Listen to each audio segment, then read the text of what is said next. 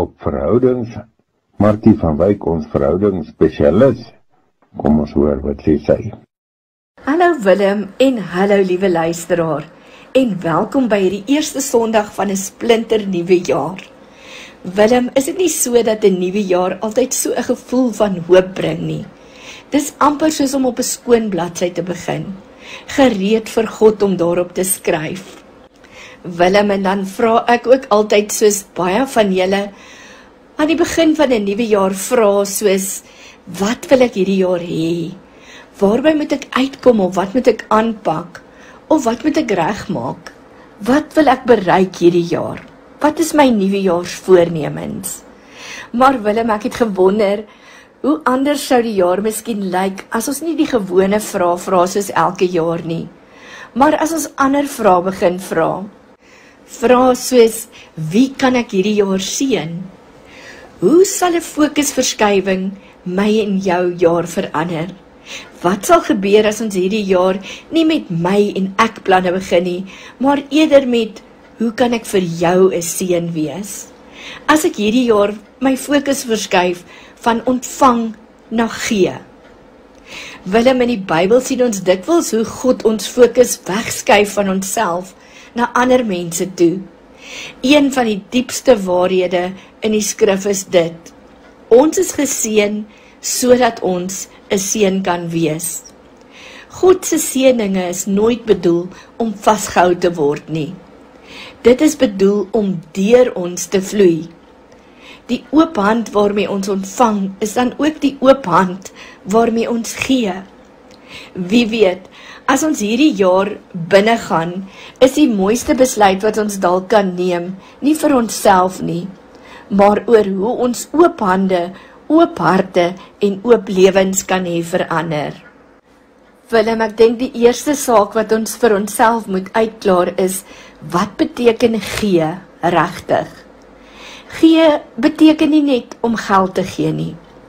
Sommige van die grootste geskenke wat ons kan gee, kos niks. En tog kan dit iemand se hele lewe verander. Hierdie jaar kan jy gee deur miskien jou tyd te gee aan iemand wat alleen voel of vergeet te voel. Of jy kan gee deur jou luisterende oor aan iemand te gee wat in stilte swaar kry. Of gee jou vergifnis aan iemand wat jou seer gemaak het. En ook dalk aan jouself. Of gee jou bemoediging wanneer iemand moedeloos raak of deur 'n moeilike tyd gaan. Of gee jou gebede wanneer jy nie meer weet wat anders om te doen nie. Baie keer is die grootste seën wat ons kan gee, net ons teenwoordigheid. Iets wat ons nie moet vergeet nie, is dat klein dade 'n baie groot invloed op iemand kan hê. Ons onderskat dikwels klein dade van goedhartigheid, maar God doen dit nooit nie. Laat God se liefde en genade hierdie jaar deur ons vloei wanneer ons ons harte oopmaak. Miskien met 'n boodskap op die regte tyd, 'n ete wat ons deel met iemand, 'n sagte woord waar harde woorde makliker van nature sou uitkom, 'n keuse om met genade te reageer eerder as met woede. Liewe luisteraar, hierdie klein oomblikke word saad en God is die een wat dit laat groei. Jy en ek sal nooit weet hoe diep een daad van liefde iemand se lewe kan raak nie. Maar die hemel sien dit raak. Ons het die afgelope paar geselsies in ons reeks Geld praat, liefde luister, baie oor geld, verhoudings en keuses gepraat.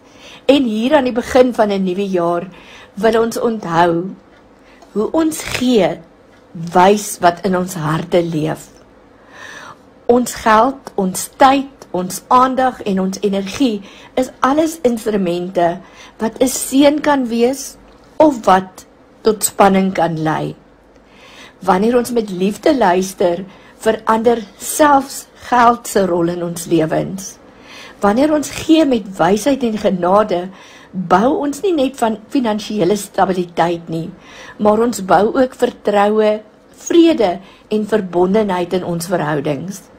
Mag hierdie jaar 'n jaar wees waar ons nie net slim praatjies oor geld sal maak nie, maar waar ons werklik ook met liefde sal luister en sal gee. Luisteraar, ek wil jou herinner aan die woorde van 2 Korintiërs 9 vers 6 tot 7. Onthou, wie karig saai, sal karig oes. Wie volop saai, sal volop oes. God het 'n blymoedige gewer lief. Willem, ek wil afsluit met 'n kort storieetjie. Daar was 'n vrou wat elke oggend dieselfde roete werk toe gestap het. Sy het niemand spesiaal verwag om raak te sien nie. Sy het net probeer oorleef. Een oggend op pad werk toe, het sy by 'n koffiewinkeltjie ingestap. Sy het net genoeg geld gehad vir 'n broodjie wat sy later daardie dag as haar ete sou koop. Sy het lank na die prys gestaar en toe stilweg omgedraai en weggestap. Die kassiere het dit raak gesien.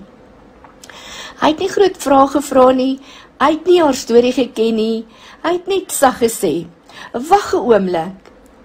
Hy het vir haar 'n koppie warm koffie en 'n broodjie in die hand gesit en gesê, "Dis vandag op die huis.